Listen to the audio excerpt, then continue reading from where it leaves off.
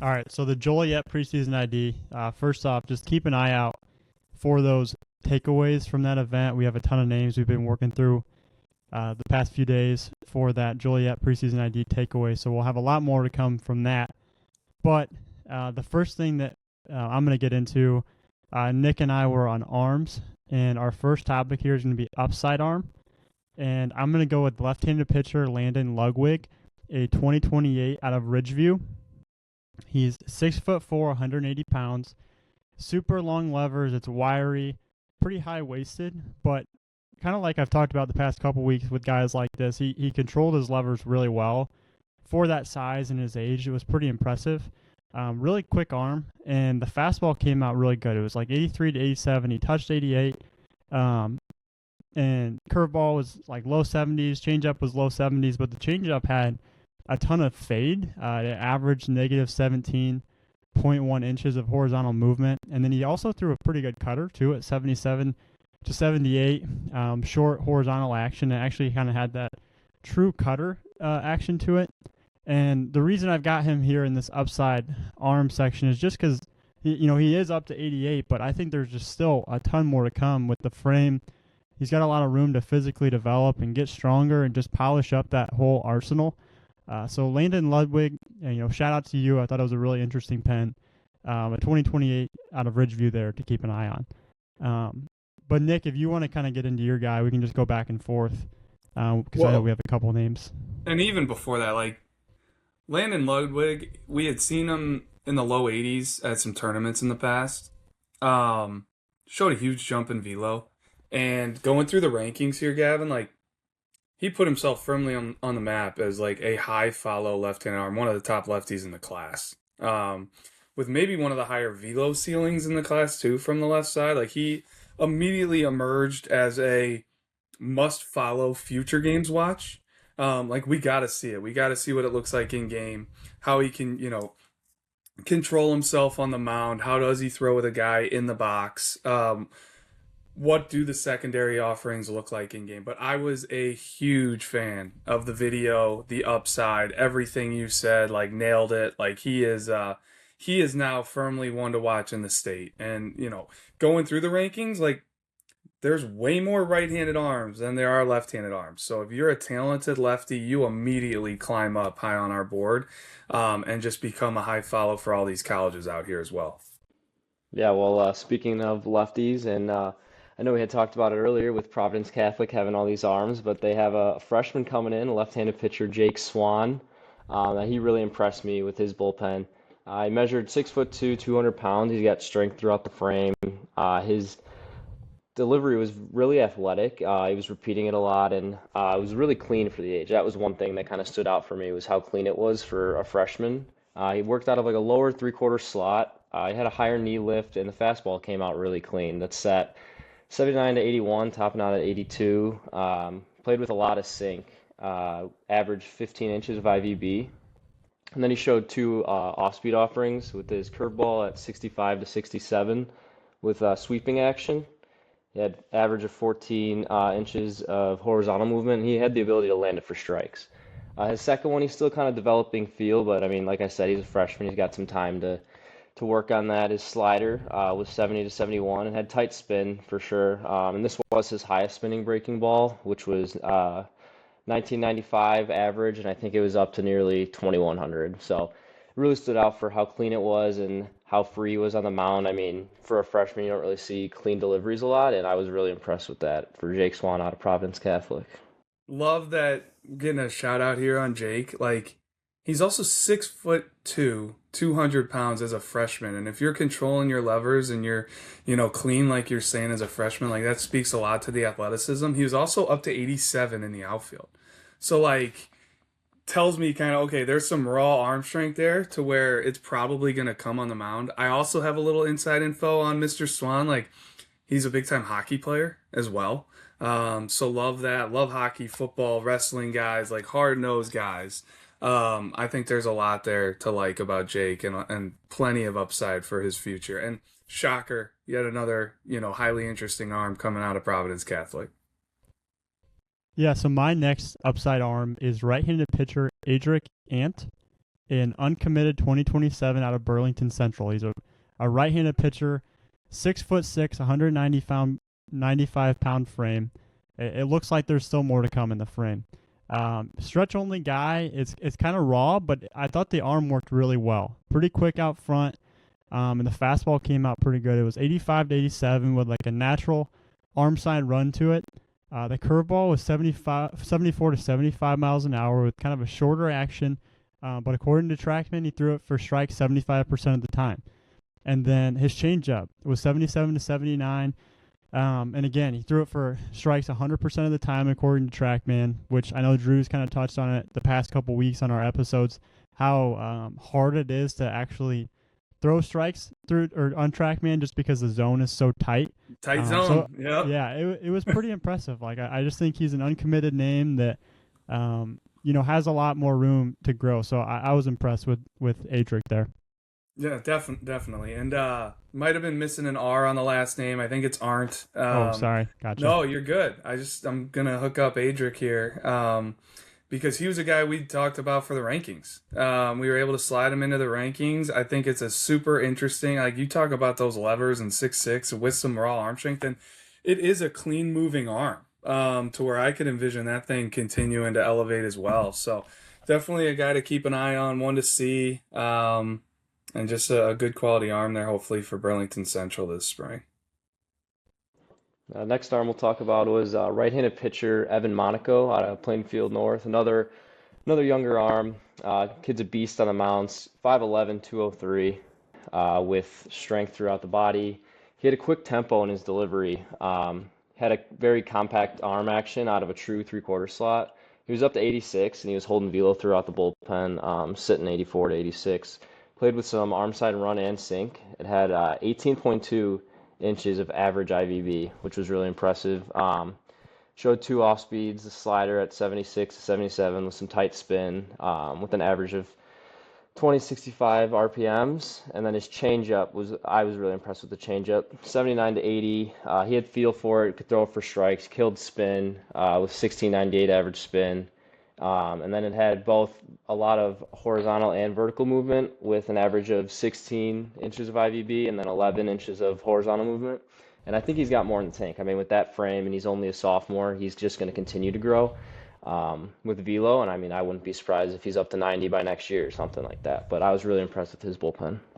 Yeah, so my favorite arm from the day, it is honestly, he's coming from a high school that I really like. We just ranked them at number 16. They consistently, for a small school, 1A, 2A size school, they are always having pretty good arms, the past few years especially. But this arm here is right-handed pitcher Griffin Doberstein out of Ottawa Marquette, a 2027 who's still uncommitted. It is simple. It is controlled. He repeats. It's a starter profile to me on the mound. He reminds me of the senior at that school, Alec Novotny, who's committed to Valparaiso. Very similar frame, movement patterns. The velo at this age for Doberstein, a year behind Novotny, it's about the same. Novotny was maybe a few miles an hour ahead of Doberstein, but his fastball is 85 to 86 here at this event. He threw a curveball at 73 to 75, the average, 2305 RPM, and it has good shape on it. It's kind of 11.5. He has feel for it. And then he throws his changeup at 80 to 82. He throws it hard with that fastball arm speed. And then last season for Marquette, he went 8-1 on the mound, struck out 67 in 50 innings pitched, and had a 1.12 ERA. But just quickly on Marquette, like they have a guy like Doberstein, they have a guy like Novotny, and then Easton DiBernardi too is another name that we really like. We just saw him up to 90.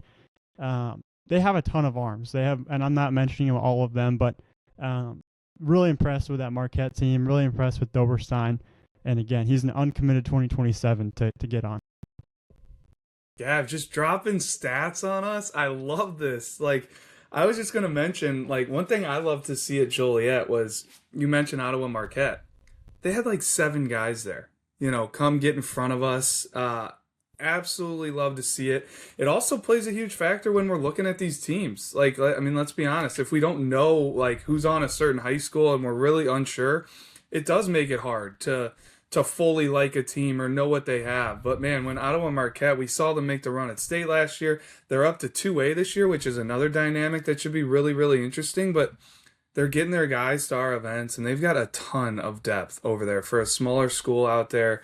Just a lot of follows, and really excited to see what they can do once again this year. I feel like you can book it every year for those guys, winning 30 plus games, pretty much ever since I started doing this. Great program, and awesome getting all the looks we got on their guys. Yeah, and then just a two-way that I wanted to touch on the mound, and you guys feel free to talk about his bat as well, is right-handed pitcher Colin Sims, an uncommitted 2027 out of St. Ignatius. It's a stronger frame, but it's athletic at 6'3", 207 pounds. And on the mound, I really just love the mover. It's really loose, and he repeated, and it's a lower arm slot, and I thought the fastball was really impressive. It was 83 to 84 miles an hour, had some arm side run to it.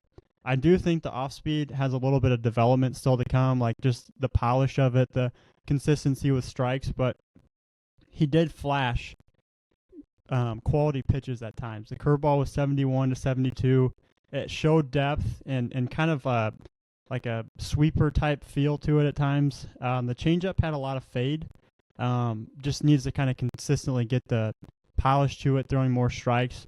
74 to 75, average .4 inches of IVB and 14.4 inches of horizontal movement.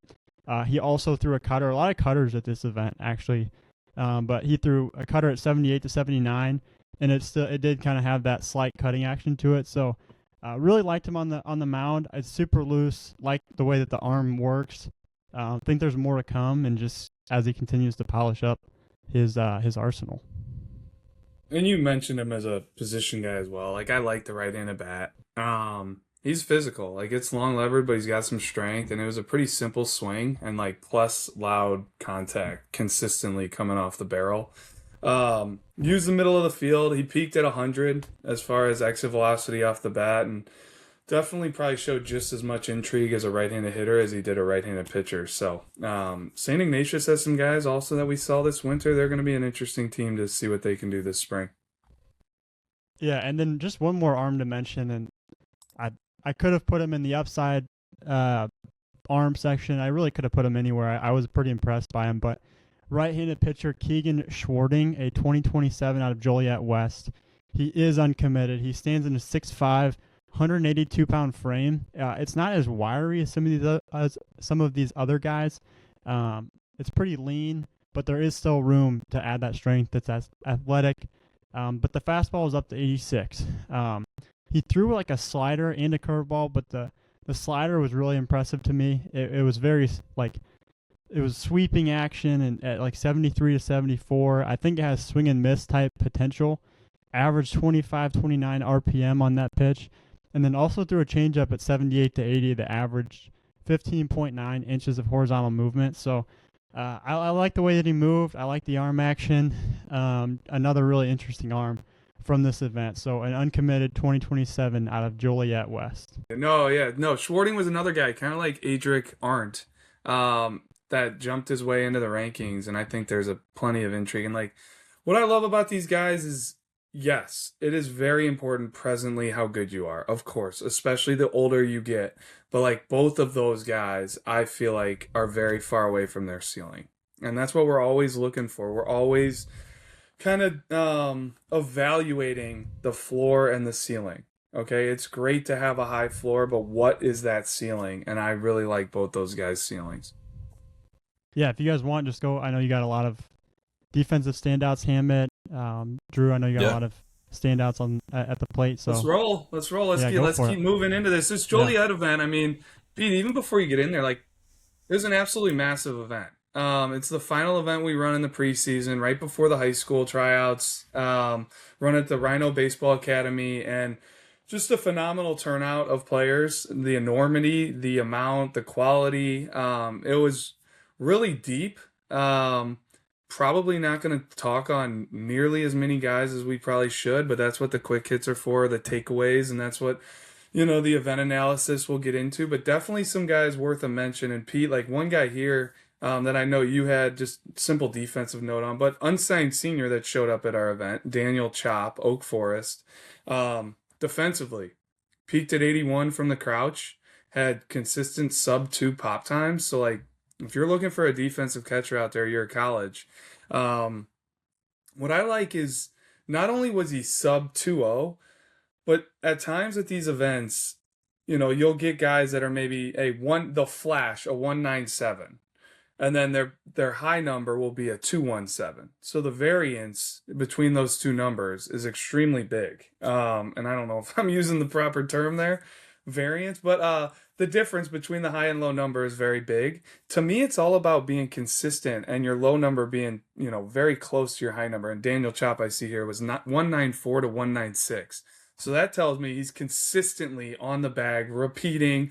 There's not a lot of mishandles from, in the exchange, and his arms around the bag as well. So, offensively, it was a clean and athletic, simple swing with a flat path, and he used the middle of the field. And Pete, if there's anything else you want to mention on him, feel free, or anybody else that maybe stood out to you. And I kind of jumped down my list there, so sorry to No, you're good. throw you off if I did. But No, you're good. No, yeah, unsigned senior to know, impressed on both sides of the ball. But one of the more impressive and versatile kids on the day was Diego Gutierrez from Mateo Valley.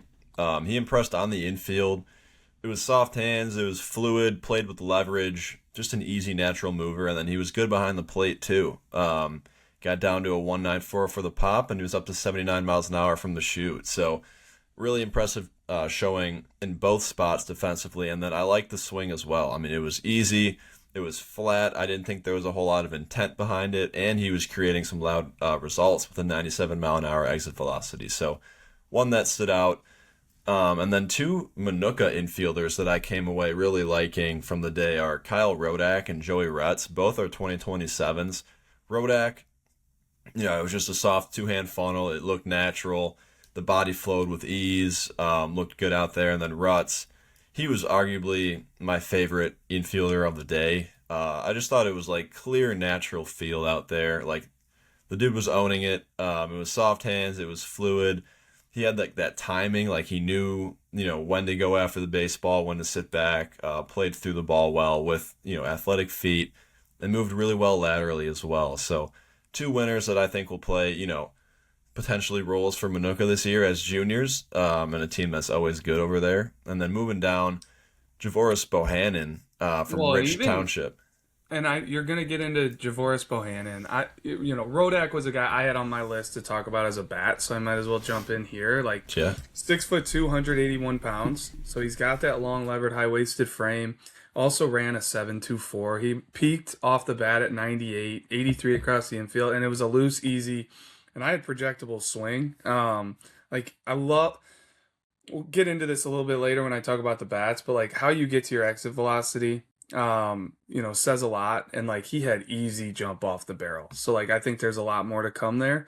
And he was another guy that was using the big parts of the field. So sorry there, go ahead, get into Bohannon. He's another guy I'll mention, with the bat as well. No, you're good. Feel free to hop in on Javoris. But Rich Township, 2026, Triton commit, another one that I just liked on the infield. He's athletic, soft hands. He was confident in the glove, working through the baseball, played low to the ground, just clean all around. But it looked like he had a good round as well. Yeah, he keeps getting better, and that's what I love to see. First off, the frame, really athletic, chiseled, kind of the way you draw it up. But he ran a 6'9", 160, 99 peak exit velocity. I think he was a little ticked. He didn't get to the 100 mark. He was really, really close as far as when you go to the 10th as well. So Bohannon, I know that'll be in your future. Keep working. And then, he's just on the barrel throughout his round with a pretty clean swing and definitely worth a mention kind of all around. So Triton commit there, like you said, and one that we just kind of continue to get looks at as he moves through high school and continues to get better. Yeah, one more defensive standout was Adam Vogt from Marmion, 2027. He led the event in pop time, got down to a 183, and showed a huge arm. He was up to 82 miles an hour from the crouch. Now, I wanted to shout him out, as well as Gustav Crane from Highland Park, a 2027, and then Devin Patel from Fremd, a 2027. Three guys that stayed and volunteered to help catch pop times. Now, I mean, there was a ton of catchers there, like 30-ish. Like, I don't even know the number, but there was a ton of them. They all had to do their defense. It was the end of the day, a long day. They'd been there for hours, and they willingly volunteered to stay. They could have left and caught pop times at second base. So huge shout out to them. Just spoke, really, shows the kind of kid they are, willing to do that, and just came away big fans of those guys. That's awesome to hear. I love that you had their names too, and we're able to shout them out, because that is something that, like, there's little things you can do at an event to stand out that shows your character, good and bad. Like, even just the way you go when it's your turn to go take defense. Like, are you moping to your position, or are you on a hop? Like, do you pick up the cage? Like, when it's time to pick, are you running out there and picking, or are you the guy that kind of hides over by their bag? All that little stuff, like, we try to pick up on. And then too, guys that do stay and like catch pop times, especially if you're an infielder, like, we're watching the way that you pick baseballs and the way that you receive the throw and tag and all that stuff, handle a bad throw. Like, that's stuff that we can't really see in just a round of simple infield defense. So we're looking for anything and everything that we can to kind of get a feel or, an evaluation tool on a player. I love that shout out. Well, I'll keep going here. I had a list of bats. I know, Pete, you were able to watch some hitters as well, so I would love for you to mix in with some guys, so it's not just like me rambling. I'm sure people, not only you guys, but everybody out there gets a little sick of me, rambling on. Let's go guy for guy. Let's go. We'll trade off. Sounds good. A little data darling section I had here, but I also he was kind of upwards in the top echelon of the hitters that I saw in the day. Was outfield Quinn Champion, and he was a tough one for me because he's at Lyons Township. He's a 2028, and he kind of got kind of got iced, I guess. Like what you do to a kicker. He was like ready to hit, and then we couldn't have him go hit because some tech stuff. So he had to sit there and wait and be patient. And then when he finally did get his chance to hit, I thought he kind of put on a show. It was a really repeatable swing. He was on the barrel, and it was loud, like with a lifted hard contact to the pull side.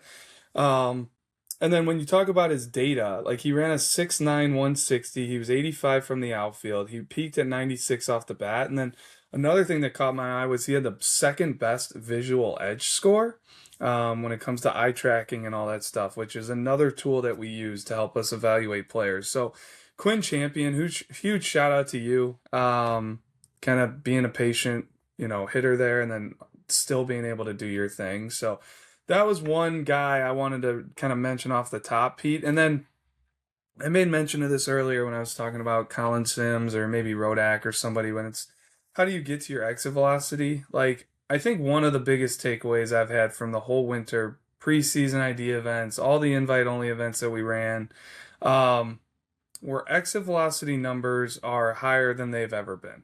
I think it's pretty obvious when you look at pitching velos and you look at exit velocities, these guys are training for this stuff. And we had over 100 hitters probably at Joliet.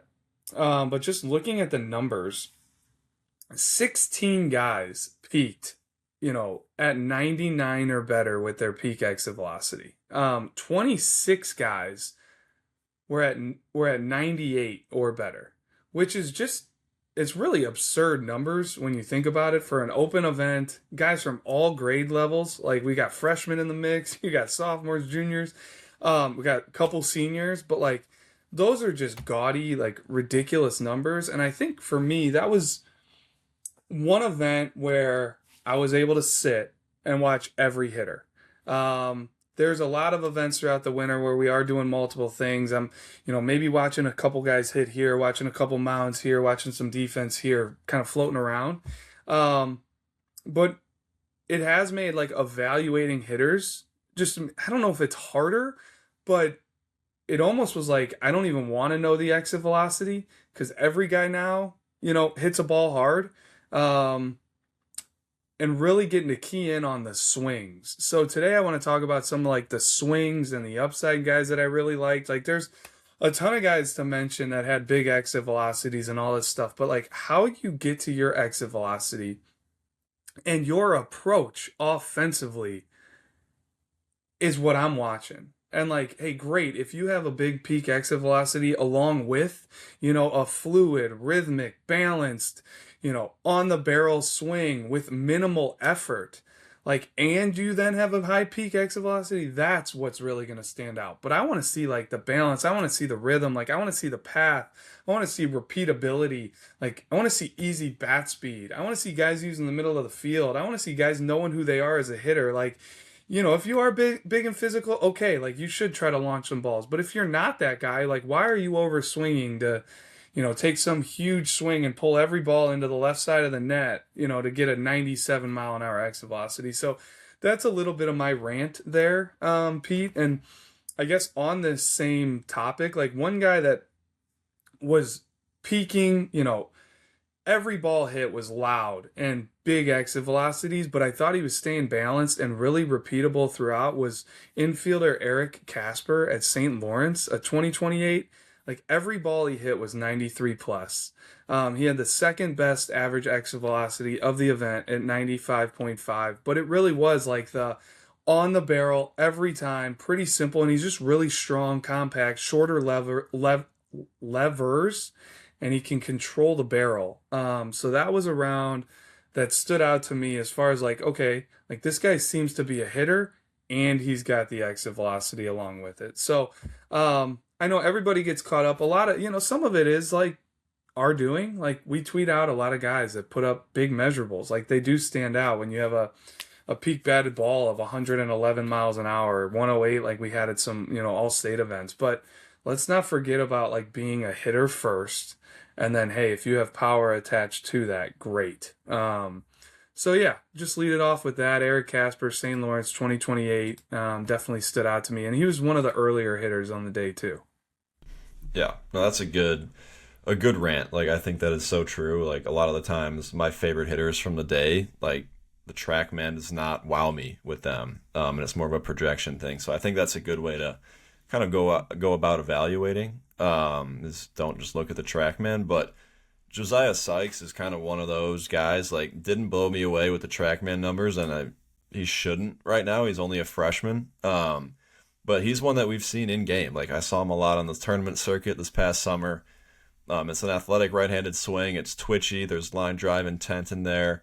And he's kind of just that high motor gamer. So familiar with him in game, and it was good to get him in event.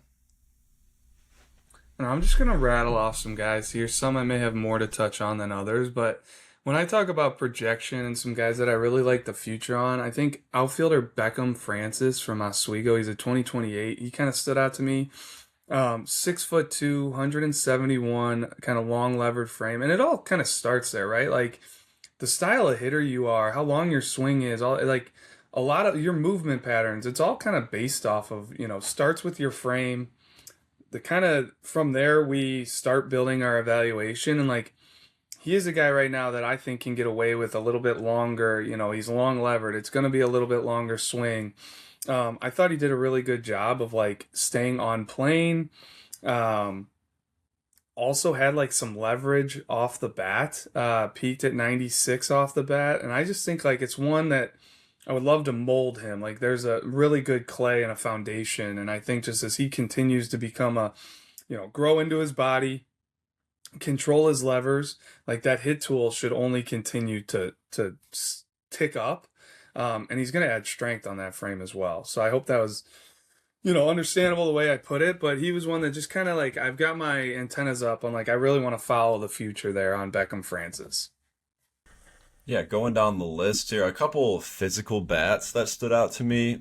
Sean Amsden from Marist to 2029. Brother of Colin Amsden, who's now at Lewis. It was just really strong with easy strength. Like that's what you just mentioned. Like how do you get to your power? And he did not have a whole lot of intent behind it, in a good way. Like he was not trying to turn and burn and just let it rip the entire time with the helmet flying off. And he was still pretty loud. It was 93 miles an hour for the EV. And then Gavin Souter from Downers Grove South, the junior, 2027. Just a physical left-handed hitting catcher. Actually liked him defensively as well, but it was intent to lift. There's power. He's going to be, profiling towards the middle of their order I would think, and down to 201 for the pop time with 76-mile-an-hour arm from the chute. So good little left-handed hitting catcher over there at South at the alma mater. I was gonna say I'm fired up. You got to shout out the Downers Grove South guy there for you. Sticking on high school themes, like HF, Homewood Flossmoor is a school we've seen a bunch of guys from this winter. And it did, I mean, it did factor into when we were breaking down some schools in Power 25 and looking through rosters. Like, we saw a lot of HF guys this winter, and a lot of them were really, really intriguing. I think they're going to be, they were below 500 last year, and we'll see what happens, but they've got like some really, really interesting arms. Led by an ace of the staff, but then I feel like they have a ton of depth. And two guys that stood out to me were outfielder Michael McLeod, he's a 2028, and then infield outfielder Bryce Gilmore, he's a 2027. They were two of my favorite hitters.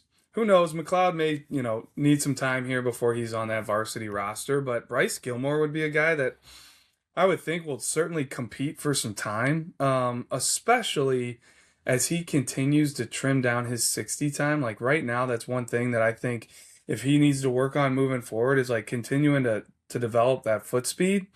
But I thought the bat was probably my favorite of the day. It was highly, highly repeatable, on balance, and just consistently on the barrel with a clean swing that stayed on plane. It was like every ball he hit was 93 plus. Staying within himself, working both gaps, and just a very, very polished, impressive round of BP. So he's one that I'm going to be very curious if he can kind of crack that lineup, what he does, if he can add anything to HF this spring. And they're just, the Vikings over there are an interesting team that kind of, I'm excited to see what they do. So yeah, they've had a whole lot of guys that stood out this winter, so exciting for them. And I saw they had a commit last night. I don't have it off the top of my head, so I'm not going to butcher it, but they had another arm commit somewhere. So saw that as well. And yeah, we kind of talked about that. Like, not only are they intriguing with some, guys that are going to have to step up this year, but they also have a ton of college commits. And that's something that you look for too, is like, we've talked about it in the past. Those schools that have a lot of seniors, with seniors that are committed to play at the college level, you got to watch out for them.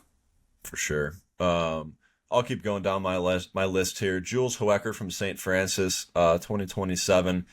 Just kind of that loose, like fluid swing with the loose wrist. That's one thing we look for when evaluating. And it was middle of the field, pull side intent, showing some lift up the middle, trying to work on top of the baseball also. And in the low 90s for the EV. So just a swing that I liked. And then Gavin Lustig from Oswego, a 2027, just a well-rounded prospect, a good runner, ran a 6.91, and then the swing was really compact and repeatable, with a lot, like barely any wasted movement in that swing as well, and he was up to 98 for the EV. So a simple, strong swing and a good athlete there. I've got infielder, right-handed pitcher Alex Siska listed next on my list. Plainfield Central, 2027.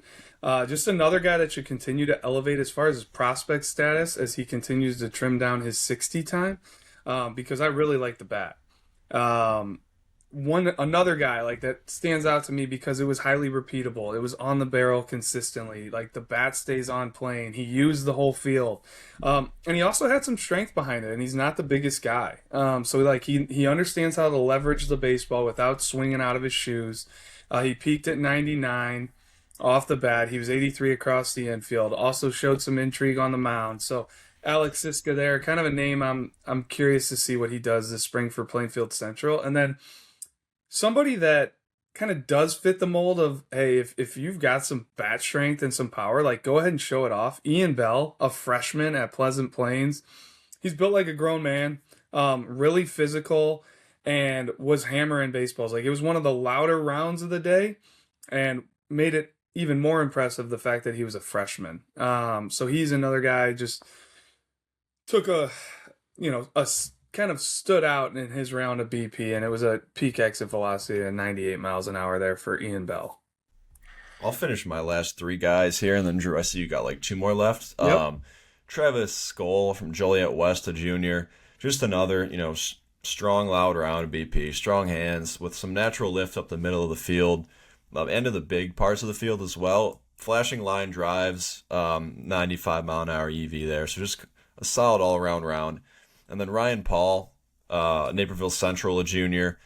He had some big numbers, EV wise, up to 101, but it was natural lift. There was some aggression in the swing, controlled intent, but natural lift to the big parts of the field, one of the louder rounds. And then Sebastian Urbanowski from Loyola, 2027, another piece that looks like Loyola has over there. They're looking pretty interesting, but there was definite bat speed in that swing. On the barrel throughout the round with some lift and line drive, kind of middle pull side feel, and then 99 mile an hour EV, while also showing well defensively with a 2 flat pop time and a 78 mile an hour arm from the chute. I'm hoping Loyola proves us wrong, that we should have ranked them, because they were a team we were looking at. They've got a lot of pieces that are super interesting, and a lot of guys we saw this winter here before the spring season. I'll get in on 2 guys that kind of fit the mold of, hey, like the tools aren't super loud right now, but their best days are yet to come. Infielder Liam Precht at Wheaton Warrenville South. He's a 2027. I just thought he had a really solid all-around day. Strikes me as a baseball player. And so does like Sebastian Urbanowski. Sorry to like jump back on him, but he was a guy that I actually caught some of his defense, and it was really clean coming out of the crouch. The arm carried, and it was like consistently around the bag, like just really looked like a catcher during pop times. You get a lot of guys that are kind of, shooting for the quickest pop time ever, and, they're going too quick for their body, and nothing's in sync. Like, he was really in sync, clean coming out of the chute, and liked Urbanowski as a baseball player as well. And Liam Precht kind of fits me, or caught my eye in the same way. Ran a 7 flat 60. There's more to come offensively. Kind of controls the barrel. Sprayed it around the yard, and he's listed at 6 foot 141. So like there is so much more strength to come there. Really looks young still too. So excited to see what his ceiling ends up being. And then Tyson Arbor from Bradley Bourbonnais, a 2028 left-handed hitting outfielder.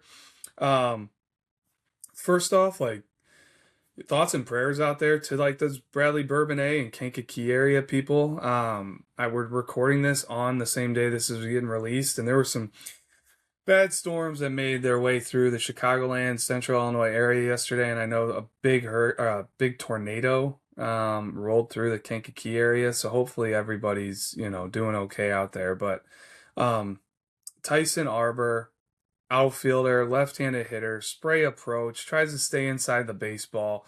Seems like a top of the order type of guy, and the swing fits that profile.